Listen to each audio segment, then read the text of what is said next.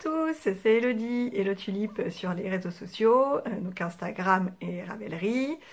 Je suis ravie de vous retrouver pour le 22e épisode de mon podcast créatif, dédié majoritairement au tricot et parfois à d'autres loisirs créatifs. Aujourd'hui, il y aura un petit peu de couture.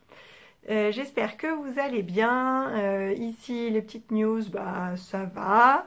Les jours et les semaines défilent à toute vitesse. Là, le mois de septembre, je ne l'ai pas vu passer. J'ai l'impression qu'hier, on était le 1er octobre et on est déjà mi-octobre. J'ai tardé un petit peu à enregistrer parce que j'ai été un petit peu malade. Et d'ailleurs, ça s'entend encore peut-être un peu.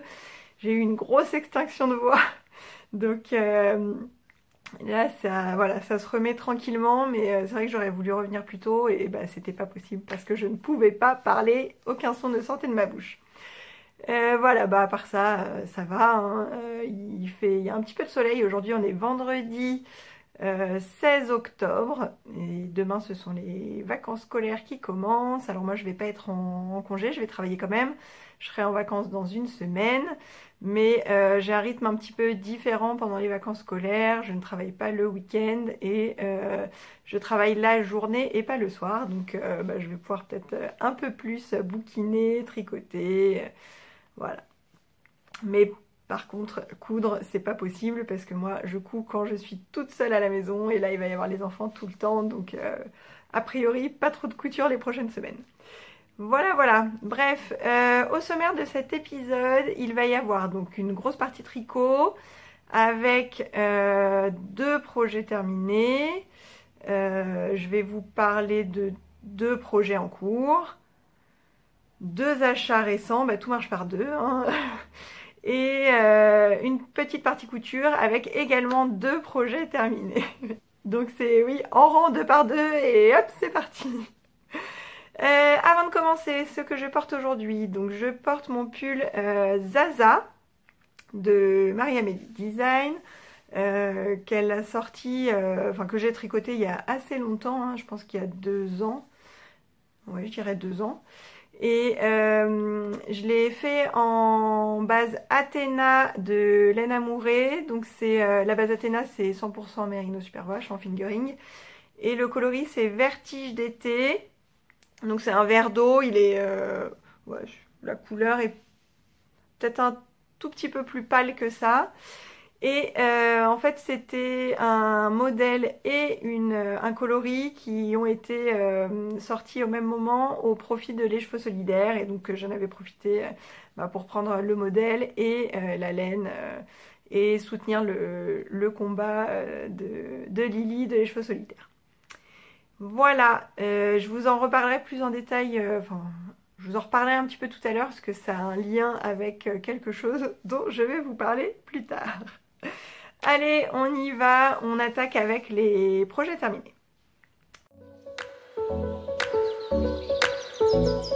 Donc, le gros morceau de cet épisode, c'est mon Lady empoisonné. Et oui. Alors aujourd'hui je porte du vert, je vous montre du vert, rien ne va plus. Donc le gros morceau, je vous disais, c'est ce pull. Alors aujourd'hui j'y vais en freestyle, j'ai pris aucune note donc j'espère que ça va pas être trop brouillon, que je vais rien oublier dans ce que j'ai à vous dire, et si c'est un petit peu plus brouillon que d'habitude, je m'en excuse d'avance. Alors, ce pull Lady empoisonné, donc il était sur mes aiguilles depuis mi-juillet. Il m'a vraiment pris pas mal de temps et il est sorti là, quand? Début octobre je crois? Ouais, début octobre il me semble. Et moi je l'ai terminé, on va dire mi-fin septembre. Voilà, que dire? Alors si, je vais d'abord vous parler de la laine avant d'entrer dans les détails de la construction parce qu'après je vais oublier. Donc je l'ai tricoté en vert de grisaille de la Féfil. Donc les adeptes du vert disent que ce n'est pas vert, mais si, c'est du vert, pour moi c'est bien du vert, mais c'est vrai que c'est un vert de gris quoi, donc c'est pas un vert pétant, couleur herbe ou olive, hein, non, c'est un vert avec des sous-tons gris, quoi, un vert un peu froid. Et moi, vraiment, je l'adore, je l'adore, je l'adore. C'est pas une couleur que j'aurais achetée comme ça en ligne, en fait, sur Internet. Parce que les couleurs vers lesquelles je vais pas forcément au premier abord, en fait, c'est en les voyant en vrai que je peux craquer dessus. Parce que je trouve que à distance, en fait, bah, on a toujours un doute sur est-ce que le coloris correspond complètement à ce qu'on voit à l'écran ou pas. Et du coup, c'est beaucoup plus facile d'aller vers des couleurs dont on a l'habitude et on sait que, par exemple, moi, si je prends un rose, je sais que finalement, même si c'est pas exactement le rose que je vois à l'écran, ça ira quand même parce que j'aime à peu près tous les roses. Ou un gris, ou un bleu, enfin il n'y aura pas de souci. Un vert, moi je n'aime pas tous les verts, je ne porte pas tous les verts ne me vont pas, et vraiment il fallait que je le voie en vrai pour craquer dessus, et c'est ce qui s'est passé quand j'étais aux portes ouvertes de Cécile fin juin. En fait je suis allée vraiment vers des coloris que je ne pensais pas... dont je ne pensais pas avoir envie, et ça a été le cas pour ce vert de grisaille qui est très très beau. Donc vous voyez qu'il y a un peu de nuance, mais alors là on a l'impression qu'il y a une grosse démarcation ici, alors que pas du tout, hein. Franchement c'est incroyable parce que moi je ne vois absolument pas ça sous mes yeux, donc c'est très étrange. Donc il y a un peu de nuance, mais ça se répartit très bien, ça fait pas de rayures ni rien, hein. C'est subtil. Voilà, et donc je sais pas si j'ai dit, c'est en Merino Superwash classique, de la fingering, enfin la base la plus classique possible. Alors, comment il se construit ce pull? Eh bien, c'est un bottom-up, ce qui veut dire qu'on commence par le bas. Donc on monte nos mailles, on fait des côtes. Alors ce sont des côtes spéciales. Là, voilà, je sais pas, je sais plus, je vais demander en plus, je sais plus comment s'appellent ces côtes, des fausses côtes anglaises ou quelque chose comme ça. Enfin bref, ce sont des côtes un petit peu spéciales, j'aime bien le rendu. Elles resserrent moins que des côtes classiques. Donc comme c'est aux hanches, bon bah ça tombe bien. Et ensuite, on attaque le corps avec ce panneau de torsade et dentelle. Et sur les côtés, il y a un petit point texturé. Le panneau se fait sur le devant et sur le dos, c'est le même. Et voilà, il n'y a que sur le côté où on a un petit peu de points texturés, sinon c'est vraiment, le panneau prend tout le pull, quoi. Donc il se fait à partir d'un diagramme. Moi j'ai pas trouvé que le diagramme était compliqué à suivre. Il est sur beaucoup de rangs, mais parce qu'en fait il y a plusieurs motifs qui ne vont pas au même rythme. Donc en fait on est obligé d'avoir un grand diagramme. Mais en réalité, il y a plein de choses qui sont très très simples à retenir et à faire, et on peut se libérer du diagramme en fait, sauf pour la torsade du milieu. Donc en fait, moi ce qui se passait, c'est que je ne suivais le diagramme que pour cette partie-là. Je suivais enfin voilà, l'avancée de mes rangs, et après là, je me repérais très très facilement avec ce que je venais, le rang d'avant, quoi. Donc ça, c'est une petite torsade, bah, tout ce qu'il y a de plus classique, hein, donc on voit assez vite où on en est. Entre chaque motif, il y a des mailles en vert et des petites mailles croisées, d'une maille sur une maille, très simple à faire. Ici, c'est un motif en fait qui est très facile à retenir parce qu'il est logique et on voit très très bien ce qu'on doit faire par rapport au rang précédent. Donc c'est une petite torsade avec des jetés au milieu. Encore des mailles croisées, encore une torsade classique, et donc il y a celle-ci qui est un peu plus complexe avec une petite torsade sur le côté, une grosse au milieu et une petite dentelle ici. Voilà. Ce qui passe assez bien, c'est qu'en fait un rang sur deux, on a juste à tricoter les mailles comme elles se présentent, donc on n'a pas... Enfin voilà, il y a un rang sur deux où vraiment c'est un petit peu reposant pour le cerveau, on n'a pas besoin de suivre le diagramme. Et au final, c'est quand même très très addictif parce que bah, le motif est hyper joli et du coup, on le voit se dessiner et on a envie de continuer. Enfin voilà, moi j'ai trouvé que le corps passait assez vite. évidemment, ça passe pas aussi vite que du jersey en rond, tout simple, hein, mais on sait très bien à quoi s'attendre quand on se lance dans ce genre de pull. Donc voilà, c'est passé assez vite. Et donc on monte sur tant de centimètres. Et quand on arrive ici, on va séparer. En fait, on va plus tricoter un rond, on va tricoter en aller-retour tout le devant, puis plus tard en aller-retour tout le haut du dos. Donc, à partir de là, faut faire juste attention que comme on n'est plus en rond, le diagramme, il se lit en aller-retour. Donc, il se lit dans les rangs endroits dans un sens et les rangs envers dans l'autre sens. Et comme on fait des petites diminutions là pour former l'emmanchure, forcément, voilà, il faut réfléchir. Est-ce que j'ai assez de mailles pour faire tel motif à partir d'ici, etc., etc. Il faut aussi faire attention de savoir à quel rang on va arrêter les mailles ici au milieu pour créer l'encolure. Pour repartir, parce que du coup après on reste avec un demi devant, on laisse les mailles en attente et on monte l'autre demi devant après. Donc faut bien se rappeler où est-ce qu'on en était dans le diagramme. Faut aussi se rappeler à quel moment on arrête ici à l'épaule pour que quand on sera dans le dos, on arrête au même point, etc., etc. Donc c'est juste qu'il faut connecter un petit peu son cerveau, prendre 2-3 notes sur le patron pour être sûr de ne pas se tromper, mais si on suit les explications, en fait, tout se passe très très bien. Il n'y a pas de choses difficiles. Les points en eux-mêmes sont pas compliqués. Donc, tout ce qui est petites mailles croisées comme ça, moi, je fais sans aiguille auxiliaire. Les vraies torsades, là, j'utilise l'aiguille auxiliaire. Ici, comme on ne croise qu'une maille oui, on ne croise qu'une maille devant, en fait. Donc ça se fait sans aiguille à torsade. Après c'est un petit peu inconfortable quand on est sensible des poignets, mais franchement, enfin ça va quoi. J'ai pas eu à m'arrêter de tricoter parce que j'avais mal au poignet, même si de temps en temps ça me tirait un peu. Et après ici il y a la torsade, la grosse torsade du milieu qui se fait avec une aiguille auxiliaire. Et sinon sur les côtés, non, on peut s'en passer.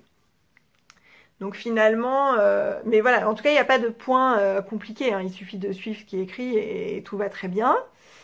J'ai fait une petite modification au niveau de l'encolure parce que moi j'ai toujours des soucis d'encolure, alors qui ne sont pas forcément dus au patron, parce que souvent, que ce soit en tricot ou en couture, quand je vois un modèle de présentation et que moi je fais exactement la même chose, l'encolure est plus serrée sur moi que sur ce qu'on voit sur les modèles de présentation. Donc je pense que c'est aussi dû à ma morphologie. Là, l'encolure était prévue pour être relativement proche du cou, en tout cas pas échancrée. Et moi, je la voulais pas trop proche, donc j'ai arrêté. Ici, on va rabattre des mailles à un moment pour former l'encolure. Moi, j'ai arrêté plus tôt que ce qui était dit dans le patron. Et après, on fait quelques diminutions ou on rabat quelques mailles, je sais plus exactement. Enfin bref, on fait comme ça sur les prochains rangs. Et du coup, j'ai fait ça un peu plus longtemps également pour un peu plus creuser ici. Voilà, voilà. Après, on arrive aux épaules. Ici, on met en attente.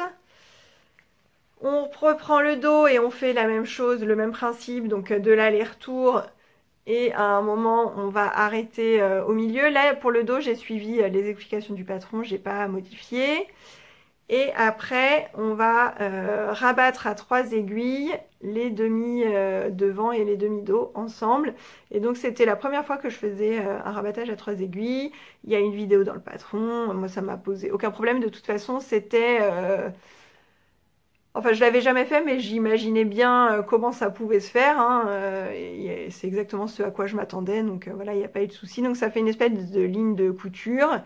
Et voilà, il faut faire attention à ce que ça tombe bien, les motifs tombent bien en vis-à-vis. Voilà, un petit truc que je voulais dire, c'est que là, quand j'ai commencé à faire en aller-retour le devant, on rabat quelques mailles là pour faire l'emmanchure. Et à un moment, j'avais l'impression que j'allais pas pouvoir continuer les mailles croisées là. Et donc j'ai fait que des mailles endroit à la place. Et en fait, en voyant le pull de Magdalena, je me rends compte que j'aurais pu les faire quand même. En fait, j'avais peur de ne pas réussir à relever les mailles pour ma manche sur des mailles croisées. Et en fait, j'ai vu qu'elle avait continué à les croiser et que ça allait très bien. Donc je pense que là, j'aurais pu continuer à les croiser. Après, c'est pas quelque chose qui me dérange vraiment beaucoup. Je pense pas que ce soit ça qui saute aux yeux quand on regarde ce pull.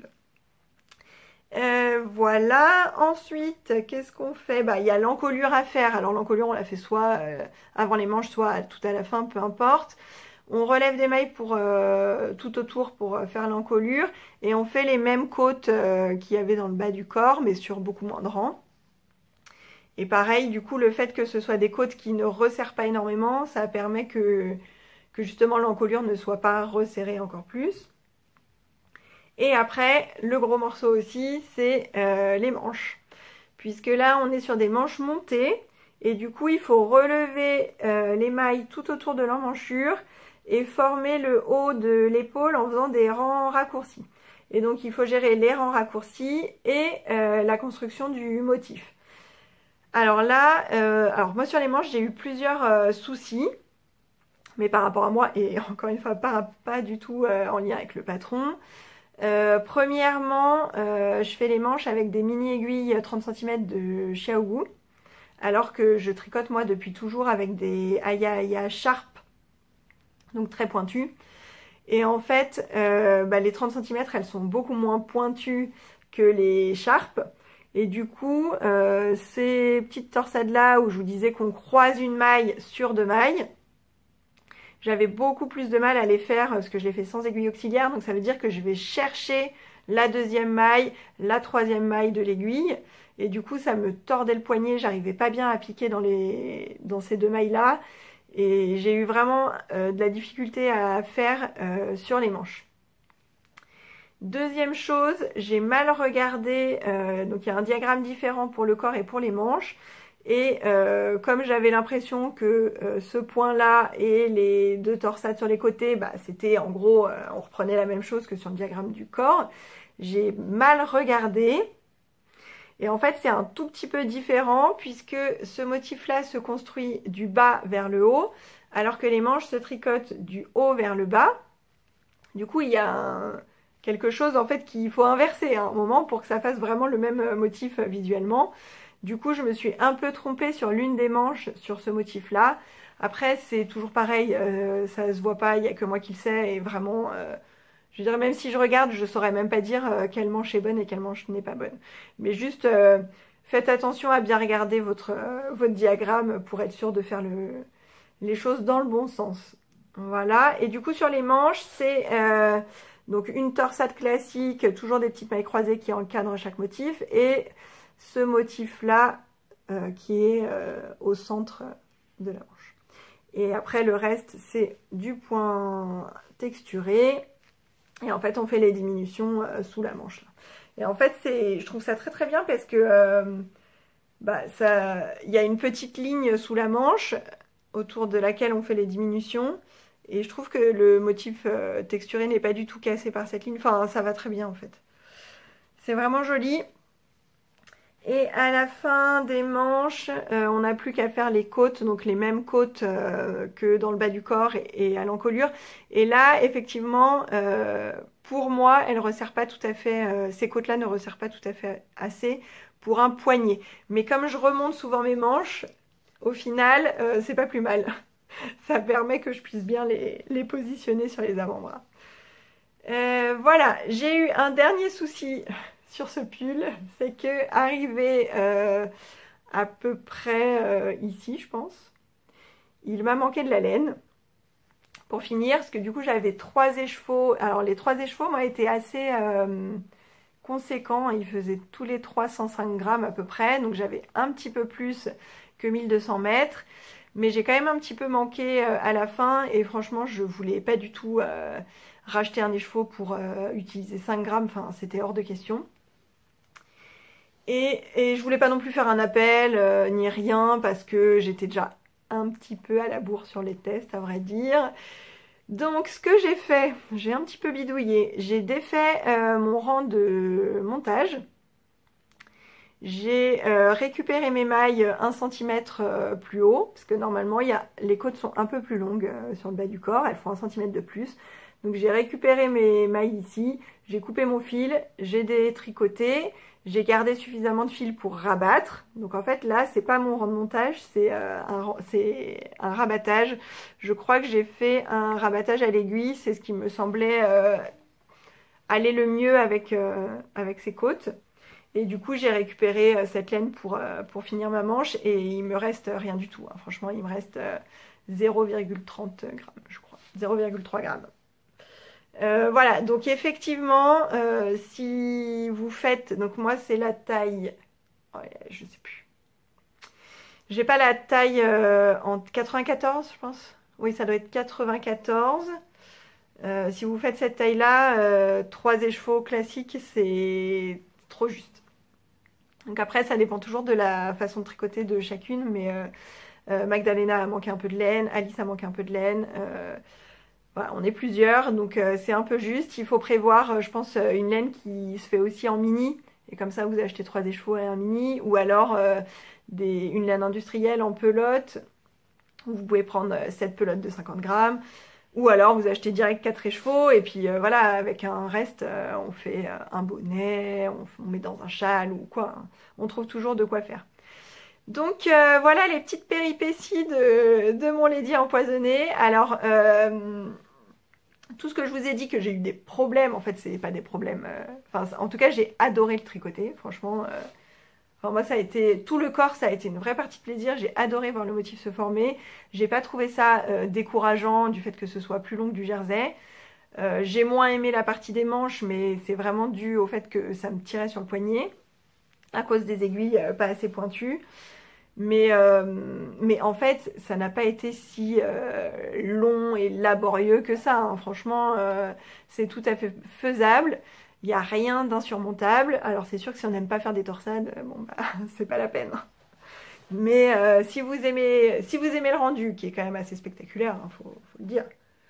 C'est pas pour me jeter des fleurs, mais ce pull-là, enfin, je le trouve juste trop beau, quoi. Bref, il faut que j'arrête. Il faut que j'arrête, je pourrais l'admirer pendant des heures. Si vous aimez le rendu et que vous ne rechignez pas à faire des torsades, franchement, enfin, allez-y. Allez-y, en sachant que ça vous prendra un petit peu de temps. Je pense qu'il faut avoir un petit temps court très facile à côté pour les moments où on ne peut pas en fait se poser, étaler son diagramme, bien se concentrer pour suivre. Et voilà, mais sinon, enfin, moi je le tricotais devant la télé en suivant une série, hein, sans problème. C'est pas un truc, il faut pas non plus le silence absolu, personne dans la maison et une concentration extrême. Hein. Il faut juste regarder au début du rang ce qu'on a à faire, mais enfin, voilà, il y a vraiment beaucoup de choses très logiques et on s'affranchit très vite du diagramme. Sur les manches, en fait, si je me suis plantée pour le motif que j'ai pas vu que c'était dans un sens inversé, c'est parce qu'en fait le diagramme m'était tellement rentré dans la tête à force de le faire sur le corps que ça, cette partie-là, je savais exactement comment la faire. Donc pour les manches, j'ai même pas regardé vraiment les cases du diagramme. Je regardais juste, c'est ce motif-là, ok, j'en suis à tel rang par rapport au rang précédent, ok, c'est bon, je fais, j'y vais. Et c'est pour ça que j'ai pas vu en fait que le sens était inversé. Donc non, c'est pas... parce que j'ai eu beaucoup de messages hein, quand je l'ai montré sur Instagram. Waouh, mais quel boulot, mais quel courage. Mais en fait, non, c'est du plaisir. C'est pas du tout un boulot, c'est pas du tout horrible à faire. C'était que du plaisir. Que du plaisir, en sachant que ça allait prendre du temps. Mais après, est-ce que vraiment on tricote pour aller très très vite? Moi, non. Parfois, j'ai envie que ça aille vite parce que j'ai envie de porter très vite le pull. Ou alors, je trouve ça, au bout d'un moment, hyper rébarbatif. Et du coup, je trouve ça long et ennuyeux. Mais là, on s'ennuie pas. Donc c'est long, mais c'est que du plaisir. Voilà, et ce coloris, bah, je l'adore. Et je trouve qu'en fait, il me va très bien. Et donc, je suis contente, très contente de mon pull. Que je vais enfiler pour que vous voyez quand même ce que ça donne sur moi. En plus, il tombe hyper bien, franchement, nickel. C'est un bottom-up et alors moi je vous dis clairement je ne l'ai pas essayé, donc j'y suis allée comme ça en faisant confiance à mon échantillon et au calcul de Magdalena et il tombe nickel. En longueur il tombe très bien. Au niveau des manches je les ai fait volontairement un tout petit peu plus courtes et j'ai tiré un petit peu au blocage et c'est parfait. L'encolure creusée, j'ai dû creuser quoi de peut-être 1 cm ou 2 cm maxi, ça tombe très bien. Donc je suis vraiment ravie, ravie, ravie. C'est mon plus beau pull de tous les temps. Voilà. Allez, je l'essaye. Voilà. Donc ce que je vous disais sur l'encolure, vous voyez que moi rien qu'un petit centimètre en fait ça suffit à bien dégager. Ça tombe parfaitement, c'est nickel. Au niveau de la taille, là on est hyper bien. Ça tombe bien sur les épaules là. Voilà, il est relativement fité puisque moi je fais 93 cm de tour de poitrine et donc j'ai fait la taille 94, donc c'est ce que je voulais, hein. Il est assez près du corps. Il arrive suffisamment bas pour pas que j'ai besoin de le remonter tout le temps. Et voilà, il tombe hyper bien, enfin franchement j'en suis ravie. Les manches elles tombent bien aussi, donc ça tombe bien sur le début de la main là, parce que moi j'aime pas quand les manches arrivent ici. Donc c'est parfait. Franchement, il est trop beau. Il fait un effet de dingue. Et dans le dos... Attendez, je me tourne. Je ne sais pas ce que vous allez voir en fait. Comme ça, vous voyez les torsades de bien près là. Ouais. La torsade centrale qui est trop belle. Et dans le dos, qu'est-ce que vous allez voir si je m'assois de dos comme ça? Je ne sais pas. Voilà. Tac et tac. Non, franchement, ce pull, j'ai envie de le mettre tout le temps. Tous les jours, j'ai envie de le mettre et je me retiens parce qu'il faut quand même... j'ai plein de pulls, donc il faut quand même que j'alterne. Mais celui-là, vraiment, ouais, je suis hyper bien dedans. Je suis hyper bien dedans, quoi. Et la laine, trop, trop bien. Trop, trop bien. D'ailleurs, cette laine de Cécile, j'ai un autre pull en lafet fil. Et c'est une des laines qui tient le mieux, en fait, qui bouloche pas et tout. Enfin, mon pull, c'est un jacquard, le Sugar Bush de Marie-Amélie. Il a pas bougé d'un pouce et pourtant je l'ai pas mal porté. Franchement, il bouloche pas du tout. Enfin, la laine est nickel, elle tient super bien cette laine. Voilà. On a l'impression qu'il y a des démarcations de couleurs et ça m'énerve parce qu'en vrai, il n'y en a pas du tout. Enfin, il est hyper... il y a des nuances, mais c'est très très bien réparti. Voilà, voilà. Alors, le deuxième projet terminé, eh bien, je ne l'ai pas, puisque je vous l'avais déjà montré en encours à l'épisode précédent. C'était de la layette, le petit gilet et bonnet Ulysse, l'ensemble de Lily comme tout. Mais avant de l'offrir, j'ai tourné une petite vidéo que je vais vous insérer maintenant. Donc, petit flashback et on se retrouve juste après. Coucou! Alors, on est jeudi 1er octobre et aujourd'hui je suis dans la chambre d'un de mes garçons et je voulais vous montrer en vrai mon dernier tricot terminé puisque je vais l'offrir et donc je ne l'aurai pas lors du prochain épisode et je trouve que c'est quand même plus sympa de le montrer en vrai. Voilà, donc il est ici, c'est le petit gilet Ulysse assorti au bonnet Ulysse que j'ai tricoté donc en laine Ulysse de chez Derirum Natura. C'est une laine cardée en mérinos d'Arles et mérinos noir du Portugal. Donc le mérino d'Arles c'est français, il est bio, et mérino noir Petra du Portugal. Le coloris, vous le voyez là-haut, c'est sauge. Et alors par contre c'est une laine non super wash, donc j'espère que ça ne posera pas de problème aux parents, mais donc en fait la maman c'est ma collègue et elle est très portée sur tout ce qui est naturel, pas forcément bio mais bon quand même, elle aime bien. Donc je pense pas que ça lui posera souci, de toute façon je lui mettrai des instructions pour le lavage. Donc c'est un patron de Lily comme tout. Voilà, donc on trouve le gilet et le bonnet, hein, c'est sur le même patron. Ça va du 1 mois au 2 ans et moi j'ai fait la taille 3 mois, donc c'est la deuxième taille. Le petit gilet, donc il se commence par en haut, directement par les côtes. On fait un montage, alors moi j'ai fait un German Twisted Caston, je me souviens plus si vraiment elle donne, si elle préconise un certain montage ici, mais je crois que c'est celui-là. Donc on fait les côtes directement. Après on a un diagramme ou un rang par rang pour faire ce petit motif là. Et en fait il y a des petites torsades d'une maille sur une maille. Donc moi je fais sans aiguille auxiliaire. Et des mailles en droit et des mailles en vert. Donc rien de très compliqué. Et sur certains rangs, pour former l'empiècement circulaire, là, le yoke, on a beaucoup d'augmentation d'un coup. Voilà. La bande de boutonnage, elle se fait à la fin, donc il faut relever, donc ça s'arrête là en fait, hein, quand on tricote. Après le motif, on fait quelques rangs en jersey, on sépare les manches du corps, il n'y a pas beaucoup de centimètres à faire sur le corps en jersey vu que bah, c'est une taille 3 mois. Hein. Et avant les côtes, on fait à nouveau un espèce de petit motif, voilà, qui rappelle celui d'en haut. Puis des côtes, donc ce sont des côtes de 2 ou de 1, je ne sais plus. Je vais vous dire ça, j'ai rien préparé, hein, je fais ça vite fait, comme ça, entre deux. Ce sont des côtes de 1 au niveau du col, donc on commence par des côtes de 1, mais je me demande si on finit pas par des côtes de 2. Ouais, après ce sont des côtes de 2 en bas. Voilà, ensuite on reprend les manches, on fait du jersey avec des diminutions régulières, le même petit motif avant les côtes, et on rabat, pareil de l'autre côté, on relève les bandes de boutonnage, sur un côté on fait des boutonnières, enfin tout est expliqué, hein, c'est très simple. Et voilà, j'ai mis des petits boutons en bois vraiment basique, parce que je trouvais que ça allait bien avec le style du gilet. Voilà, je le trouve très très joli ce petit gilet, j'espère juste qu'au niveau taille ça ira.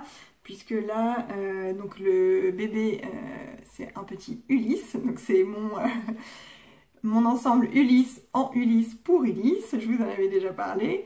Et bah, j'espère qu'au niveau de la taille ça ira, parce qu'il a déjà 2 mois et j'ai fait du 3 mois, donc voilà, j'espère que ça va aller. Je l'ai bloqué, la laine ne s'est pas étendue spécialement au blocage. Et comme il me restait, je ne savais pas trop la quantité que j'allais utiliser, j'avais 2 pelotes.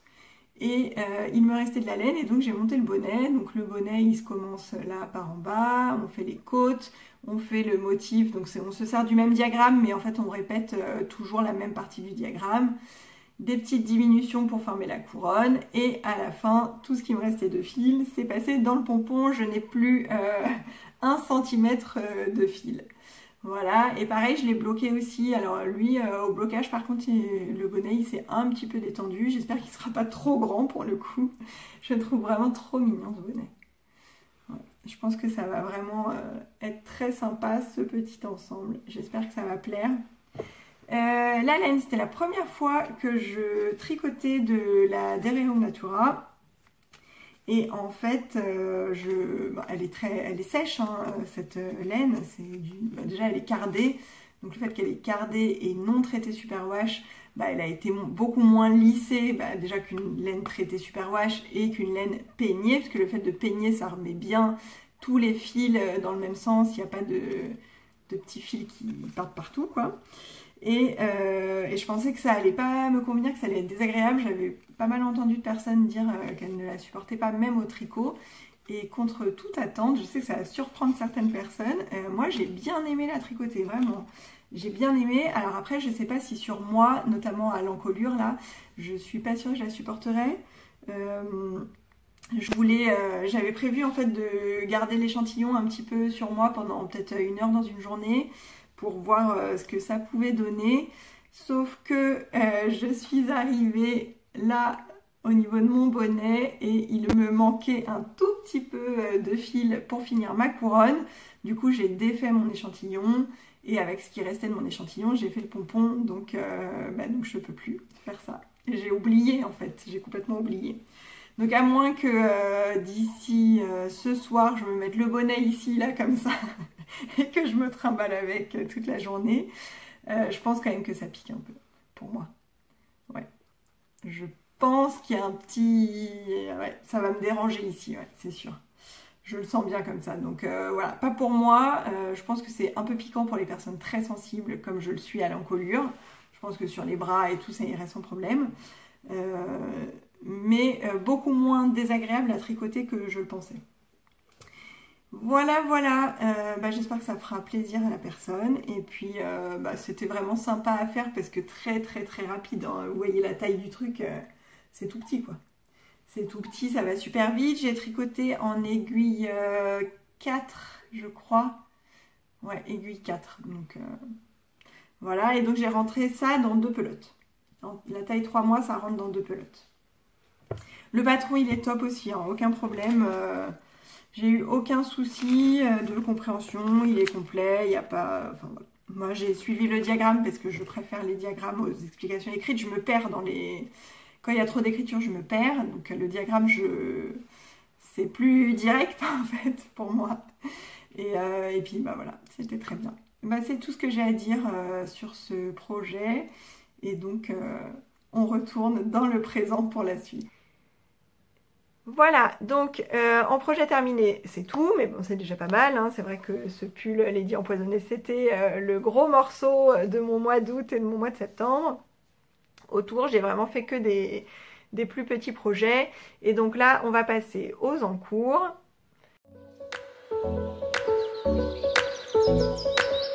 Et en encours, eh bien, je vais vous en montrer 2.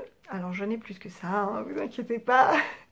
Tout va toujours bien ici, j'ai toujours plein d'encours qui traînent partout, certains qui sont abandonnés, certains qui sortent une fois tous les 36 du mois, certains dont je ne peux absolument pas vous parler qui sont secrets. Là, je vais vous parler de 2 encours et ce sont 2 accessoires. Donc le premier, alors il est par là-bas et il vient de ce magazine, le magazine Voulez-vous souffler. Donc c'était le magazine qui a été créé par Marie-Amélie et donc Marie-Amélie Design, la designeuse, et Guillaume de Maison Corlaine, qui est sorti je ne sais plus quand, il y a 1 an déjà je pense. Et puis on attend impatiemment le 2e numéro, mais bon c'est vrai qu'avec avec la pandémie, ça a dû, à mon avis, retarder un petit peu les choses. Donc, on attend patiemment. Voilà. Donc, dans ce magazine, j'avais pas encore tricoté de modèles issus du magazine. Et j'en avais repéré quelques-uns, mais bon, l'occasion s'était pas présentée.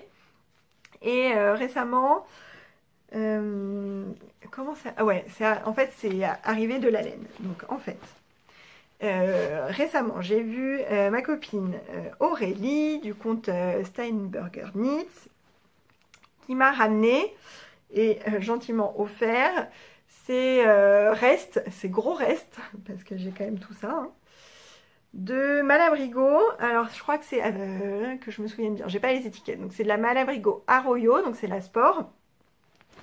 Et le coloris, le coloris, je crois que c'est écrit sur ma page projet Ravelry. Jupiter peut-être. C'est peut-être Jupiter. Je suis pas sûre à 100%. En tout cas, c'est extrêmement beau. Je pourrais même pas décrire tellement il y a de reflets et de nuances différentes parce que on voit un peu de rose, on voit un peu de violet, c'est un peu grisé. En même temps, il y a des petits tons bruns de temps en temps. Enfin, il y a un peu de tout. Enfin, c'est un mélange, mais magnifique. Et elle s'en était servie pour faire 2 petits projets, je crois, des petits projets enfants. Et elle savait pas quoi faire de tous ces restes. Et voilà, elle s'est dit que c'était un petit peu mes coloris. Et elle avait 100% raison. Donc je te remercie à nouveau Aurélie. Et je savais pas exactement... Enfin, oui, je me suis pas dit direct, ah, je vais en faire telle ou telle chose. Et donc j'ai cherché ce que je pouvais faire avec la quantité que j'avais donc de laine sport. Et je savais que je pouvais pas faire un pull, hein, en quantité il n'y avait pas suffisamment, donc forcément c'était un accessoire, mais je voulais quand même utiliser une bonne partie de la laine et je crois que j'ai 700 mètres, 700 et quelques mètres je pense. Et en regardant le podcast d'Eve, Bobine et Pelote, qui avait tricoté le châle Passiflore, je me suis dit que c'était un modèle parfait pour cette laine, puisqu'en fait il y a une grosse partie de point mousse au milieu avec un petit motif en brioche sur les bords. Et du coup, je pense que ça peut vraiment bien mettre en valeur les nuances de la laine, parce que la grosse partie de point mousse, en fait, on va bien voir le joli coloris et les jolies nuances. Et puis, bah, la brioche, moi, j'adore ça. Donc, un petit motif en brioche, c'est parfait. Donc, le châle Passiflore, il a été créé par Marie-Amélie pour le magazine. Hop. Voilà. Et il est maintenant disponible en patron individuel sur sa page Ravelry. Et donc il a une forme de lentille. Comme ça, vous voyez le dessin technique. Voilà. Il a cette forme de lentille, donc il se porte vraiment comme une écharpe et pas vraiment comme un châle en fait. Enfin moi en tout cas, mon but c'est de le porter bien enroulé comme une écharpe. Et voilà, il se caractérise par ce très joli motif de brioche. Et donc on commence par une pointe là, on forme le motif. On va augmenter, augmenter, augmenter. Et puis à un moment, hop, on arrive au milieu du châle et on réduit de la même façon jusqu'au bout. Alors, j'ai pas beaucoup avancé hein, parce que, je sais pas, j'ai commencé ça et puis après j'ai été prise sur d'autres trucs. J'ai pas beaucoup avancé et il faut que je vous trouve l'endroit de l'envers. Voilà. Donc j'en suis là. Petit début. Donc voilà, je vous disais, on commence par ici. On fait un montage qu'on utilise pour les chaussettes, le Judy's Magic Cast On, je crois. Donc on fait un montage ici comme ça. Je sais plus exactement pourquoi on utilise ce montage-là, mais moi j'avais jamais fait. Et puis bah voilà, ça marche très bien. Au début, on voit pas trop ce qu'on fait, hein, parce qu'il y a très peu de mailles. Et puis en fait, on se laisse porter et ça marche très bien. Et donc il y a un I-cord intégré, donc qui se tricote en même temps des deux côtés. Au milieu, on a un peu de point mousse, on augmente, on commence le motif avec des augmentations, vous voyez dans la brioche là, qui forment des petits trous au milieu là. Voilà. Et puis, quand on a suffisamment de mailles pour bien faire le motif de chaque côté, bah, on a du point mousse au milieu et c'est là qu'on augmente en fait de chaque côté du point mousse. Et sur le côté, on a toujours voilà, la même répétition pour créer le motif. Avec un peu de point mousse sur les bords et cette I-cord intégrée. Voilà, donc là je suis arrivée dans une section où je n'ai que à répéter en fait les deux diagrammes là, des bords et augmenter, pas à chaque rang, mais bon, bref, augmenter selon le rythme indiqué dans le patron autour du point mousse et voilà, jusqu'à ce que j'arrive à une section où en fait je vais augmenter moins vite, puis ne plus du tout augmenter et quand je suis au milieu du châle, bah, je refais tout dans le sens inverse. Voilà. Donc ce n'est qu'un petit début, mais j'aime déjà beaucoup, beaucoup, beaucoup. Je trouve le motif très joli. C'est pas difficile à faire, hein. Les personnes qui n'ont jamais fait de motif en brioche, donc d'augmentation et de diminution, bah, c'est une petite manipulation de maille, mais qui se fait très très bien, hein. Les augmentations, c'est assez facile. Les diminutions, il y a une diminution, enfin la manip n'est pas la même quand on diminue pour incliner à gauche et quand on diminue pour incliner à droite. Il y a, dans un sens, je trouve ça plus compliqué que dans l'autre, mais bon, une fois qu'on connaît la manip, bon bah voilà, ça se fait très très bien. La brioche en elle-même, bah là c'est unicolore et en aller-retour, donc c'est la brioche la plus facile à faire, puisqu'en fait on fait toujours la même chose.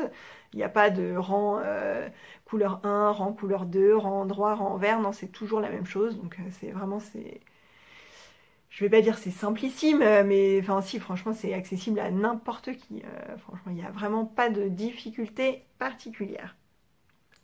Voilà, donc bah, il faudrait peut-être que je m'y remette, hein, parce que sinon je suis pas prête de l'avoir ce châle. Je pense qu'il va être bien doudou là, il va me tenir bien chaud. La couleur, je l'adore, mais vraiment, ça ira très bien avec tout ce que je porte. Donc ça va être un super châle, mais c'est vrai que c'est pas le projet prioritaire, donc il monte vraiment petit à petit. Voilà. Donc ça, c'est le premier en cours. Deuxième en cours, il est là. Alors, le deuxième en cours, il a été commencé il n'y a pas longtemps.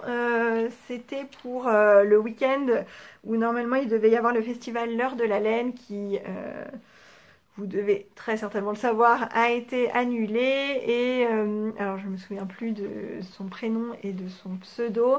Une personne a eu l'idée de lancer un cast-on géant, donc l'heure du cast-on.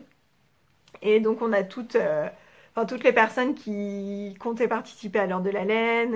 Enfin voilà, on a toutes monté un nouveau projet en utilisant les laines des exposants ou les patrons des exposants qui auraient dû être au festival. C'était donc, moi j'aurais dû aller au festival le dimanche puisque le samedi je travaille. J'avais prévu de retrouver les copines et comme c'était pas possible, Aïcha nous a gentiment accueillis chez elle. Il y avait Emmeline, donc de la marque de laine Yarneline, qui était là avec ses laines, donc je vous dirai ça juste après, mais j'ai pu craquer en réel quand même, donc ça c'était génial.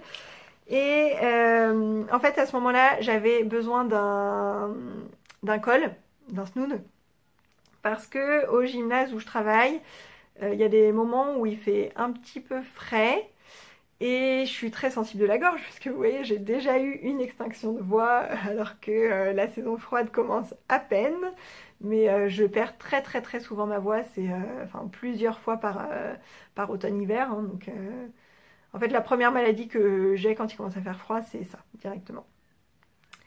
Donc je suis fragile de la gorge et des fois il fait froid au gymnase et je peux pas garder mon châle parce que j'ai déjà fait plusieurs fois parce que j'avais trop froid. Le problème c'est qu'un châle, j'ai beau l'enrouler comme je peux, j'ai beau faire un nœud, ça finit toujours par partir, par tomber parce que moi dans mon boulot je bouge tout le temps, je porte des choses, je porte des enfants, je porte du matériel, je marche, je bouge, je me lève, je m'assois, je ne fais que bouger. Donc entraîner avec un châle, c'est pas possible. Donc il me fallait un col qui tienne proche de mon cou, qui soit pas trop épais parce qu'il faut pas non plus que j'étouffe, que j'ai trop chaud. Donc j'ai cherché un modèle et en fait j'avais repéré ce modèle depuis assez longtemps. C'est le col Earthwarmer de Justina Lorkowska. Alors j'ai pas pris le patron avec moi. Bon, bref, en même temps là il est quasiment fini mon col, donc on voit à peu près tout.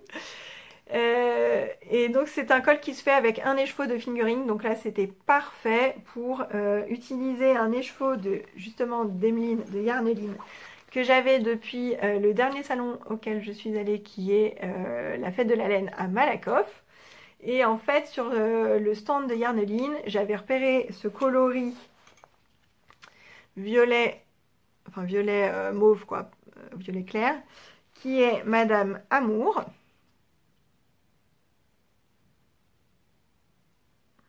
Voilà. Sauf que je n'avais pris qu'un écheveau. En fait, j'aurais voulu en prendre 3 à la base pour avoir une quantité pull. Sauf que donc il n'y avait qu'un écheveau de ce bain, là, précis, en fait. Et c'était celui qui me plaisait vraiment le plus. Et il y avait 3 écheveaux d'un autre bain, donc du même coloris, hein, mais d'un autre bain. Et la nuance me plaisait un tout petit peu moins, mais très légèrement moins.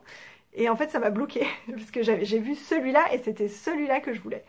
Donc celui-là était tout seul, je me suis dit tant pis, je le prends tout seul, je le mettrai dans un châle, je trouverai forcément quelque chose, j'en ferai quelque chose. C'était, enfin voilà, des fois on a une idée en tête, hein, je veux celui-là et pas un autre et c'est comme ça.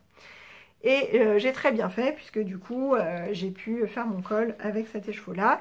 Et c'est quand même un coloris qui ira avec tout.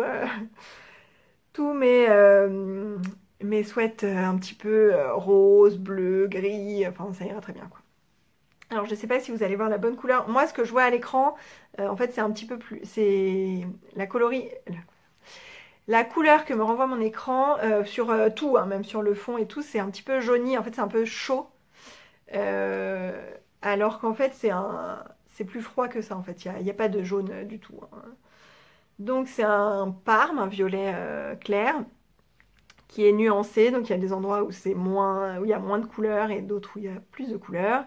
Et il y a juste quelques speckles très légèrement bruns qu'on voit ici, mais du coup je sais pas ce que ça va donner, qu'on voit sur ça. Alors ici un petit peu, là sur les noppes un petit peu. Bon, voilà, c'est pas facile de vous montrer à la caméra. Moi je les vois très bien ici, mais comme je vous dis là, la couleur que ça me renvoie c'est pas très bon. Après si ça se trouve sur l'écran ce sera mieux, je ne sais pas. Bref, et du coup c'est un col donc ça se tricote en rond, hein, en tube, qui se commence par ici. On fait je ne sais plus quel montage, sûrement un German Twisted Caston. des côtes 1-1 classiques. Et alors, donc moi mes côtes, je les avais faites de ce côté-là. Et je les trouvais un petit peu éclatées. Du coup, ce que j'ai fait pour avoir l'envers visible, parce que l'envers est toujours plus joli, je trouve, que l'endroit des côtes, j'ai fait tout à la fin de mes côtes, sur la dernière maille, j'ai fait la technique du German Short Rose, donc des German Short Rose, donc des rangs raccourcis à l'allemande. J'ai créé une maille double et je suis repartie dans l'autre sens et puis du coup j'ai retourné et c'était bon. Donc là on voit l'envers en fait de mes côtes. Après on a une section de dentelle avec une petite torsade pour séparer chaque motif de dentelle. Et ensuite, on a une section de côte interrompue par quelques rangs de points mousse. Et là, en fait, j'ai plus du tout pensé à faire cette technique-là pour avoir l'envers des côtes. J'y ai pas pensé, donc j'ai l'endroit de mes côtes. C'est moins fin, en fait, que ça. Mais c'est pas très grave, ça ira quand même. Ensuite, on a une section de noppes. Alors ça, c'est la section qui est pour moi un peu pénible à tricoter. Ce sont des noppes assez grosses qui se tricotent avec... enfin, on crée plusieurs mailles dans une maille et puis on fait quelques allers-retours. Et après, on diminue pour revenir à une seule maille. Mais du coup, voilà, c'est un petit peu long à faire. Bon, après, le diamètre du col n'est pas très important. Donc, il n'y a pas 1000 à faire non plus. Mais c'est une section que moi, je trouve un petit peu pénible à tricoter. Ensuite, là, ce sont des côtes brisées et ça, j'adore. Je trouve ça trop joli.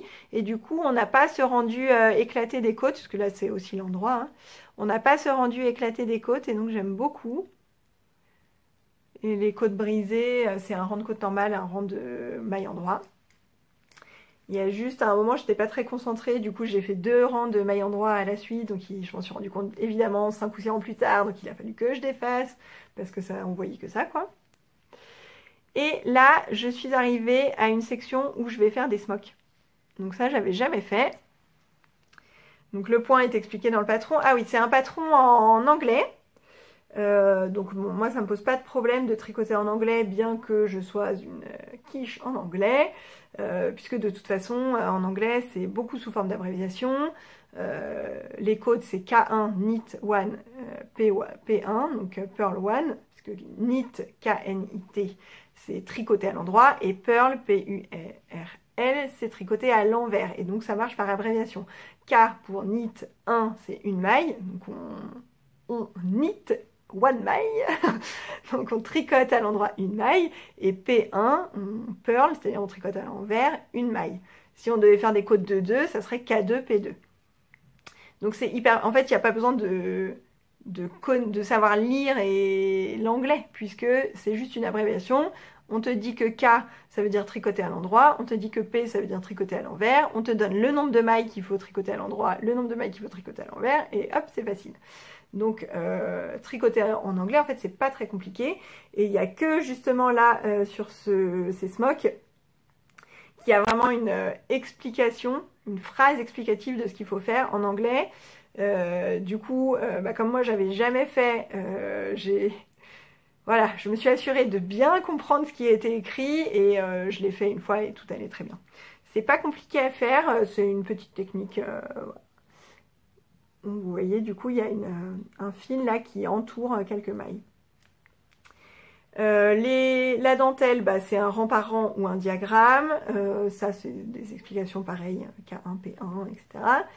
Les noppes sont expliquées aussi. Et à la suite de cette section de smock, il va y avoir une autre section de dentelle où il y a aussi un rang par rang ou un diagramme.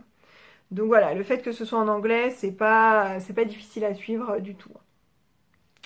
Donc c'est bientôt fini, parce que comme je vous dis, j'ai la fin de cette section, une section de dentelle qui va être à peu près aussi grande que la première, les côtes pour finir, et j'aurai terminé mon col. Voilà, et j'ai utilisé, il doit me rester une 40aine de grammes de mon écheveau.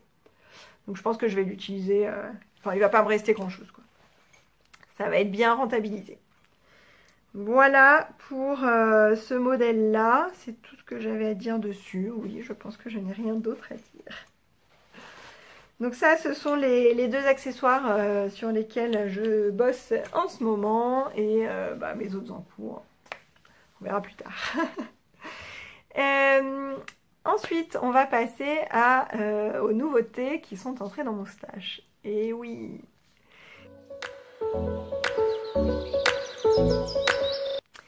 Donc oui, vous le savez très bien, on en parle tout le temps sur Instagram, les salons sont annulés, c'est compliqué, notamment pour les teinturières indépendantes, hein, parce que les créatrices de patrons, c'est un peu différent, c'est dématérialisé, donc quoi qu'il arrive, c'est pas les salons qui font qu'on va craquer pour tel ou tel modèle. Ce qui est bien dans les salons, c'est qu'on peut certains en voir en vrai et du coup voir un peu mieux le rendu ou la laine utilisée, etc.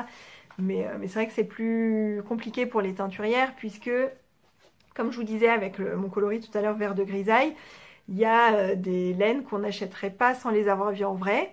Derrière notre écran, c'est un petit peu plus compliqué, on va plus hésiter, est-ce que vraiment j'en ai besoin ou pas, il n'y a pas ce côté oh, c'est trop beau, il me le faut tout de suite maintenant et on craque.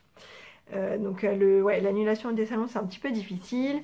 Après, pour nous aussi les tricoteuses ou tricoteurs, c'est pas forcément évident non plus, on n'a pas le budget pour acheter chez tout le monde comme ça. On aurait envie de les soutenir et puis on peut pas forcément, mais il y a d'autres moyens en fait. Justement, par exemple le Caston organisé pour l'heure de la laine, c'était un bon moyen de partager le travail de tous les exposants qui auraient dû être là, de les faire de les faire encore plus connaître, d'en parler, c'était aussi un bon moyen de les soutenir. On n'est pas obligé de dépenser tout notre budget d'un coup pour soutenir les teinturières. De toute façon, on ne le peut pas forcément.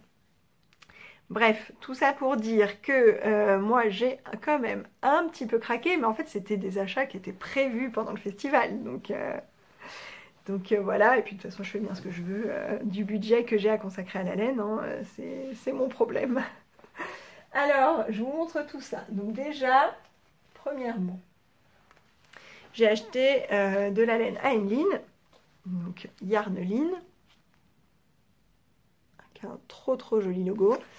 Ce coloris là, c'est Monsieur dans les nuages, donc c'est un crème, hein, tout simplement, un beige assez simple, qui est pas trop nuancé, donc c'est vraiment la couleur basique pour faire un petit pull assez simple. Je ne sais pas encore quel modèle de pull. Ah mais si je sais en fait. Que je suis bête. Si je sais. Je sais exactement ce que je vais en faire, mais du coup je vous parlerai de ça un petit peu plus tard. Voilà, donc Monsieur dans les nuages. J'ai pris de la fingering en Merino Superwash. Voilà, le truc le plus basique possible, puisque c'est ce que je porte le plus. Quasiment tous mes pulls sont en fingering. J'ai très peu de pulls en déca, mais pour moi la déca c'est trop épais. Cela dit, j'aimerais bien quand même essayer de me faire un pull en déca cet hiver, mais bon, je ne sais pas encore. Donc voilà, ça c'est mon premier craquage et ça va être utilisé assez prochainement. Deuxième craquage, alors en fait, donc c'est pour ça que je porte ce pull aujourd'hui, parce que je voulais vous le montrer, je l'ai ressorti il n'y a pas longtemps.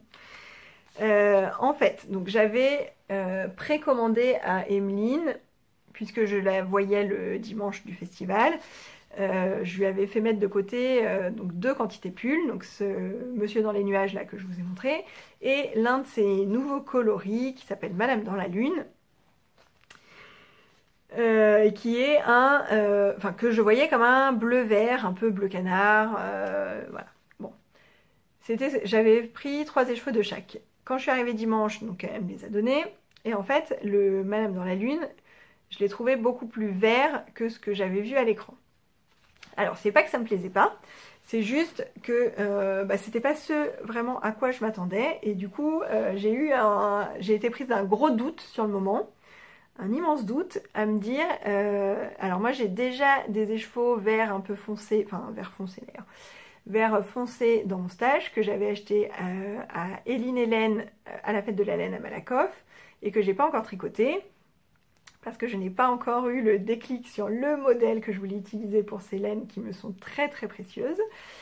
C'est du yak, donc c'est assez sombre, mais c'est voilà, dans ma tête j'avais ce vert foncé. Je ne porte pas énormément de vert et du coup quand j'ai vu les écheveaux de Madame dans la lune, je me suis dit, ah mince, c'est quand même plus vert que bleu. J'ai déjà du vert foncé à tricoter. Est-ce que ça fait pas un peu redondant? Je venais de finir le Lady Empoisonné qui est vert, même si c'est un vert complètement différent. Et là, je me suis dit, ça fait trop de vert d'un coup.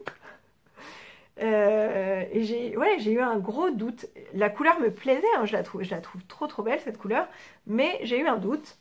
Et le problème, c'est qu'elle était là avec toutes ses laines, avec tous ces beaux coloris. Et du coup, le doute s'est installé. Et en plus, j'avais la possibilité de prendre autre chose à la place. Si j'avais pas eu la possibilité, en fait, si je les avais reçus chez moi, il n'y aurait pas eu de doute finalement. Mais là, il y avait la possibilité de prendre autre chose à la place. Donc l'après-midi a défilé, et puis j'avais ces laines sous le nez, j'arrêtais pas de regarder. Il y a plein de coloris que j'adore chez elle, notamment ce... Excusez-moi, il y a un cheveu. Vous allez tout de suite comprendre en fait. Ce coloris qui est Madame Coquette. Alors, oui, bon, ça fait pas le point, c'est pas grave. Donc Madame Coquette, toujours en mérino, superwash, en fingering. Et quand j'ai vu ça, je me suis dit, ah mais celui-là, mais oui, j'adore. C'est aussi un peu vert, hein, c'est vert d'eau, mais c'est pas du tout le même vert pour le coup. Et je n'ai pas en plus ce genre de coloris dans mon stash, je n'ai pas de pull tricoté dans ce coloris dans mon armoire, non. J'étais persuadée, en faisant l'échange avec 3 écheveaux de Madame Coquette, que c'était le genre de coloris que je n'avais pas. Voilà, voilà.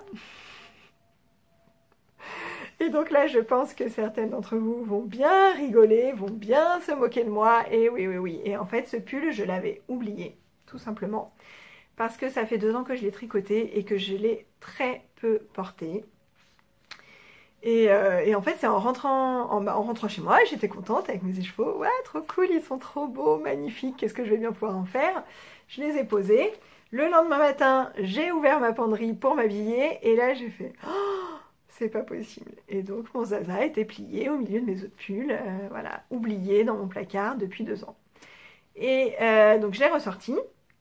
Je l'ai porté une journée et aujourd'hui je sais pourquoi je ne l'ai pas porté depuis 2 ans. C'est à cause de cette encolure qui ne me convient pas du tout parce qu'en fait, donc là j'ai repris les mailles de mon encolure à la fin. J'ai fait, enfin comme c'est préconisé dans le patron, hein, quelques rangs de jersey, j'ai rabattu les mailles et du coup c'est censé rouloter. Sauf qu'en fait je pense que quand j'ai rabattu... Bah, c'était pas très souple, hein. Vous voyez que voilà, c'est rigide de chez rigide. Du coup, il n'y a pas assez de... Enfin, en fait, si ça roulotte devant, vous voyez que là, c'est entièrement tendu. Donc, il n'y a pas assez de souplesse pour que ça vienne vraiment bien rouloter et se baisser, en fait. Et donc, c'est trop proche de mon cou. Et comme mon rang de rabattage est très dur, et ben ça me scie le cou. Donc c'est pour ça que ce pull est resté au placard, alors qu'en fait, je l'adore, il est trop beau. J'aime bien la couleur, j'aime bien la dentelle, j'aime bien la forme, enfin tout va bien dans ce pull, sauf ça. Et donc là, ce qu'il faut absolument que je fasse, c'est que je défasse cette partie-là, et je pense que je vais faire simplement un I-cord. Comme ça, je vais encore gagner, voilà. Je vais encore gagner un petit peu ici, et ce sera très très bien. Je vais essayer de le faire souple, pour ne pas me sentir enfermée. Alors c'est vrai que ça peut paraître bizarre ce que je dis, parce que là quand on me regarde, on n'a pas l'impression que je suis enfermée dans mon encolure, mais vraiment il est rabattu trop... Je sais pas, je trouve pas le mot, mais c'est pas du tout souple, quoi. Donc ça va pas. Tout ça pour dire que bah, je me suis sentie complètement idiote, mais vraiment, ce moment où j'ai vu ça, mais je m'en suis tellement voulu, tellement voulu. J'ai pas osé lui dire tout de suite parce que je savais pas quoi faire en fait. Je savais pas si je devais les garder, si je devais lui dire est-ce que en fait je peux reprendre mes Madame dans la Lune. Enfin vraiment, mais j'ai tellement honte quoi d'avoir fait la cliente chiante comme ça, mais c'est pas possible quoi. Et donc j'ai réfléchi. Je me suis dit après tout j'ai 3 écheveaux, je peux très bien prendre 2 écheveaux pour faire un châle. Des châles unis j'en ai pas assez et c'est ce que je porte le plus. Je peux très bien faire un accessoire avec l'autre écheveau, je peux très bien en faire une marinière, je pourrais en faire des choses. Mais au final, j'avais toujours dans la tête ce coloris Madame dans la Lune qui en fait me plaisait. Et j'ai ressorti, je montre là parce que en fait j'ai mon placard en face de moi, j'ai ressorti mes écheveaux de chez Eline Hélène en yak, là, vert foncé, c'est la couleur brocéliande. Et en fait, c'est du vert, du vert forêt, quoi, du vert sombre, il n'y a pas de bleu dedans, et du coup c'est pas du tout la même couleur. Donc je ne sais pas pourquoi j'ai eu ce doute de me dire ouais je vais avoir deux pulls vert foncé, ça va pas. Enfin j'ai été mais tellement stupide, mais c'est incroyable, mais je m'en veux à un point, il faut que je me... Bref, je me fouette avec mes cheveux. Donc j'ai fini par la contacter, lui demander si je pouvais lui renvoyer. Donc là je vais lui renvoyer et elle va me renvoyer 3 écheveaux de Madame dans la Lune. Donc je vous montrerai ça la prochaine fois. Et si jamais Emeline tu passes par là, premièrement merci d'avoir accepté, et deuxièmement je m'excuse d'être aussi pénible. Voilà, bref. C'est comme ça, donc c'est magnifique Madame Coquette, ce coloris est très très beau, mais je ne vais pas les garder parce que pour le coup ça serait quand même bête d'avoir deux pulls qui... Enfin c'est vraiment la même chose quoi. Ils sont peut-être un tout petit peu plus bleus ceux-là, mais vraiment, enfin c'est... Voilà quoi, c'est pareil. C'est pareil. Bref, donc ça c'était ma commande chez Yarneline. Donc il va un petit peu être modifié, mais bon bref, je vous en reparlerai plus tard. Et ma deuxième commande, ça a été chez Ludivine. Je suis obligée de me lever. Chez Ludivine, donc Arcoiris Yarn. Je lui ai pris ce coloris. C'est pas du tout moi. Pas du tout, du tout. Du violet, du gris, un petit peu de rose. C'est pas moi. Des paillettes. Voilà, voilà. Comment ne pas craquer là-dessus, quoi. Mais quand j'ai vu la photo, mais oh, je suis devenue dingue. Donc c'est le coloris Sombral sur la base Interstell Yarn, donc qui est une fingering composée de 75% mérino superwash, 20% nylon, 5% stellina. Je ne sais pas encore ce que j'en ferai, soit dans un châle, soit des chaussettes. En tout cas, je ne pouvais pas passer à côté de cet écheveau, c'était juste pas possible. Et il est aussi beau en vrai que sur sa photo de présentation. De toute façon, j'adore les photos de Ludivine, elle met toujours en scène ses écheveaux, mais d'une façon, enfin, c'est trop beau, on est obligé de craquer en fait. Donc voilà pour mes petits craquages de l'heure de la laine. Je voulais... Alors il y a le fil de la Manche aussi qui devait avoir lieu là, le week-end qui vient, qui est aussi annulé, ça on le sait depuis longtemps. Et à vrai dire, j'avais très envie d'y aller, notamment pour voir les laines de Madeleine et Philibert, que je n'ai jamais eu l'occasion de voir en vrai sur des salons, puisque je ne vais que au salon qu'elle ne fait pas. Donc pas de bol pour moi. Et en fait, enfin, je sais qu'il y a plein de coloris qui sont hyper beaux chez elle, qui me plaisent. Quand je vois des pulls faits avec ces couleurs, je les aime vraiment beaucoup. Mais j'ai beaucoup de mal à me décider sur quel coloris prendre sur son site. Et du coup, je voulais vraiment les voir en vrai. Donc je sais pas, c'est possible que je craque et que je lui prenne aussi une quantité pull. Mais alors, pour choisir le coloris, ça va être très compliqué. Bref, suite au prochain épisode. Craquera pas, je n'en sais rien. Voilà pour la partie tricot, c'est terminé. Et on va passer à la partie couture.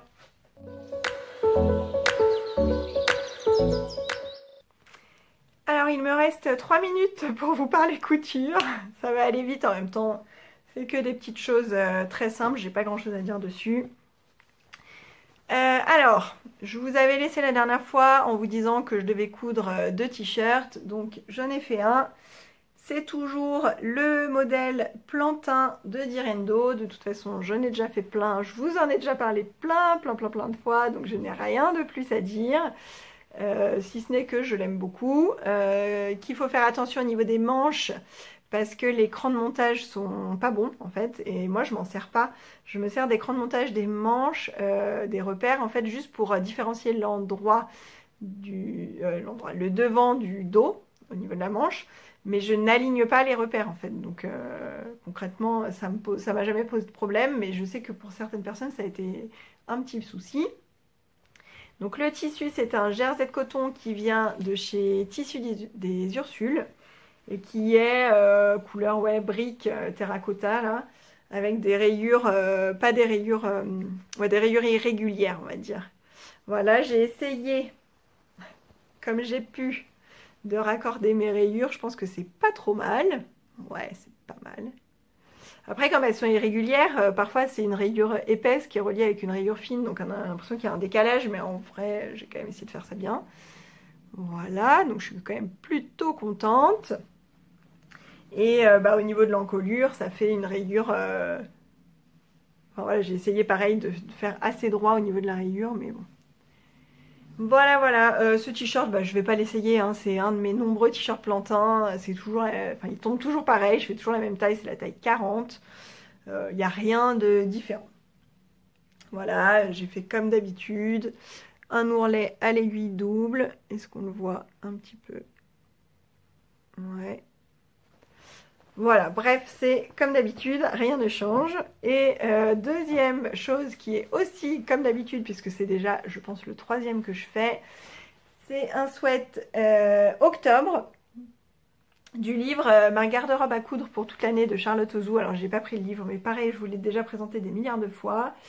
Dans un French Terry de Glitzer Puppy, sur lequel j'avais craqué. Alors ça, je me souviens, c'est une commande qui date du confinement, puisque j'avais besoin d'élastique que je n'en trouvais pour les masques, que je n'en trouvais plus nulle part. Et j'avais regardé sur le site de Glitzer Puppy, ils en faisaient. Et bien sûr, je n'allais pas commander juste de l'élastique, donc j'ai fouillé un petit peu sur le site, j'ai trouvé des jerseys pour les enfants que je n'ai toujours pas cousu. Mais par contre, ce French Terry, pour moi, ça, oui, ça a été cousu. Ah, qu'est-ce que je suis égoïste, c'est pas possible.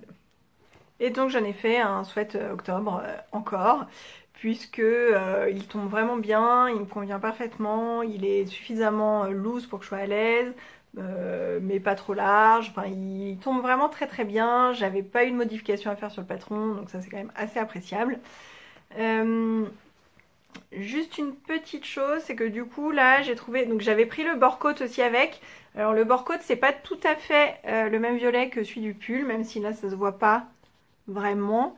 Ils avaient plus en stock au moment où j'ai fait ma commande le violet du fond du pull, du tissu principal. Donc j'avais pris un autre violet mais qui est franchement assez proche.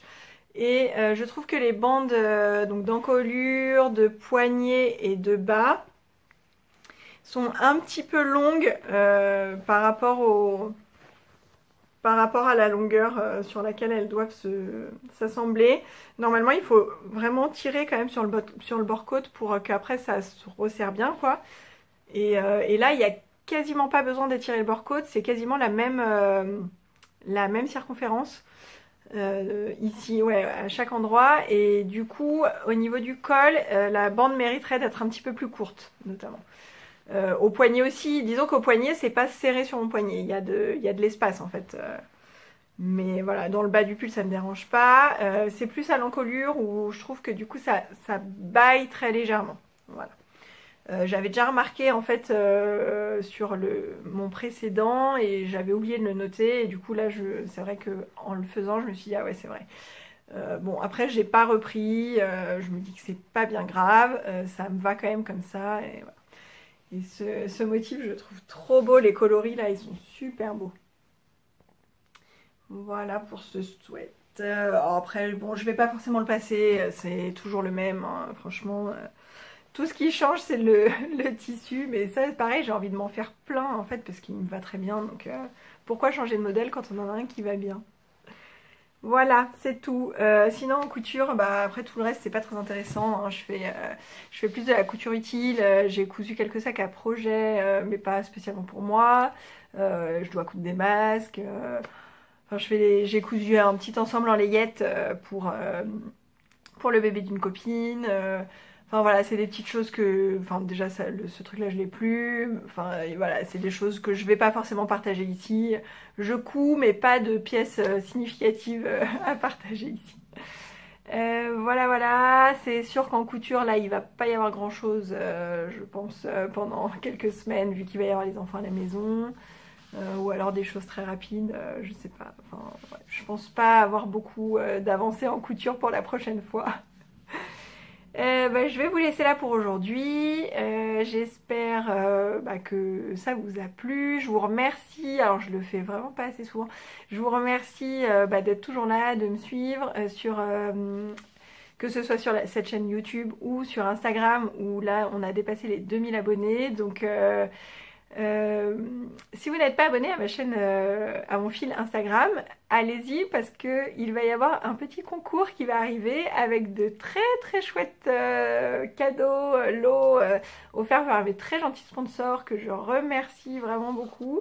Ça va être assez sympa je pense, donc c'est le moment ou jamais, j'ai envie de dire. Et c'est vrai que quand j'ai commencé tout ça, je cherchais pas du tout à me projeter, à me dire le nombre d'abonnés que je pourrais avoir. Et aujourd'hui non plus, hein, c'est pas du tout ça. Mais déjà, quand j'avais 1000 abonnés, je trouvais ça juste hallucinant. Alors là, encore plus.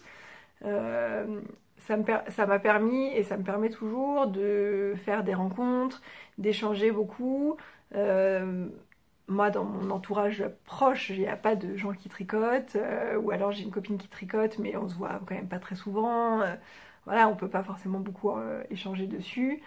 Et c'est vraiment sympa toutes ces rencontres autour du tricot. Enfin, je parle des rencontres autour du tricot parce que pour moi la communauté tricot sur les réseaux sociaux est plus ouverte que la communauté couture. Je trouve qu'il y a moins d'échanges dans la communauté couture. C'est vraiment le tricot qui fait que en fait n'importe quelle tricoteuse peut parler avec n'importe quelle autre tricoteuse. Il n'y a pas de barrière. En fait, enfin, je sais pas, moi j'aime beaucoup. Oui, je sais, je vis dans le monde des bisounours, il y a des trucs pas cool aussi qui se passent, je sais très bien. Mais moi j'ai choisi de ne voir que le côté positif de ces réseaux sociaux. Et voilà, c'est comme ça, c'est ma personnalité, on va pas me changer. Et vraiment, je vous remercie toujours de vos gentils commentaires. J'ai vraiment des échanges hyper sympas et ça me fait toujours autant plaisir de partager dans le podcast, de partager mes petites photos sur Instagram. Ah si, mais c'est ça, je vous ai pas du tout dit, je voulais vous en parler dans l'introduction et j'ai oublié. Début septembre, j'ai été interviewée par les Triconautes. Et du coup, vous pouvez retrouver mon petit... donc elle appelle ça des cafés tricot. Donc c'est une interview en fait téléphonique. C'est pas préparé à l'avance, hein, c'est 100% spontané. C'est un coup de fil sur Skype qui est enregistré en fait. Et voilà, du coup, si vous avez envie d'en apprendre un peu plus sur moi, puisqu'on parle de comment je suis arrivée au tricot, ma pratique du tricot au quotidien, mes autres passions, on parle de plein de choses comme ça. La conversation a dérivé vers la pâtisserie. Enfin bref, si vous avez envie d'en savoir un peu plus sur moi, vous pouvez toujours aller écouter. Enfin moi j'ai trouvé ça sympa à faire, je m'attendais pas du tout à être contactée pour ce genre de choses et c'était vraiment sympa. J'étais pas forcément très à l'aise, mais je sais pas si ça s'est ressenti ou pas. Donc si vous l'avez écouté, dites-moi. Et voilà, je vais mettre fin à cet épisode à un moment ou à un autre. Donc je vous dis à très vite, tricotez bien, cousez bien, faites ce qui vous fait plaisir et on se retrouve bientôt. Salut!